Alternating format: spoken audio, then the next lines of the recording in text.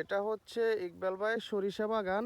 আর এখন কিন্তু সরিষা হারভেস্ট করা হচ্ছে। এগুলা কিন্তু মানে ধানের মতো কেটে, মানে কাঁচি দিয়ে কেটে তারপরে এরকম আটি বেঁধে বাড়িতে নেওয়া হচ্ছে। এটা কিভাবে নিবেন, মানে বাড়ির যেগুলো ছড়াবেন কেমনে?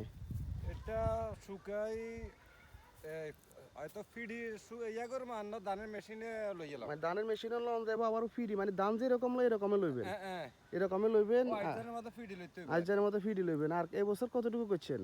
10 ঘন্টা করছি। 10 ঘন্টার মতো করছেন। তো কিরকম আশা করেন এবছর? না এবছর আশা তেমন করিয়েন না, হানি দিতে পারি না, তারপরে যাই সার দিতে পারি না, এত সুবিধা না। মানে আশানুরূপ ফলাফল পাওয়া যায় নাই, মানে উনি ওইরকম পরিচর্যা করতে পারে না, ওইটাই বলতেছে। তবে বীজগুলো তো সরকারিভাবে দিছে, বীজ সরকারিভাবে দিছে, আবার নিজের ইয়াতে লইছি। মানে গত বছরের বীজও আছিল। হ্যাঁ, হ্যাঁ। আচ্ছা যাক। আর এখন হারভেস্ট করা চলতেছে এই সরিষার ক্ষেতে। আর ইকবাল ভাই কৃষক, আপনারা তো অনেকেই চিনেন।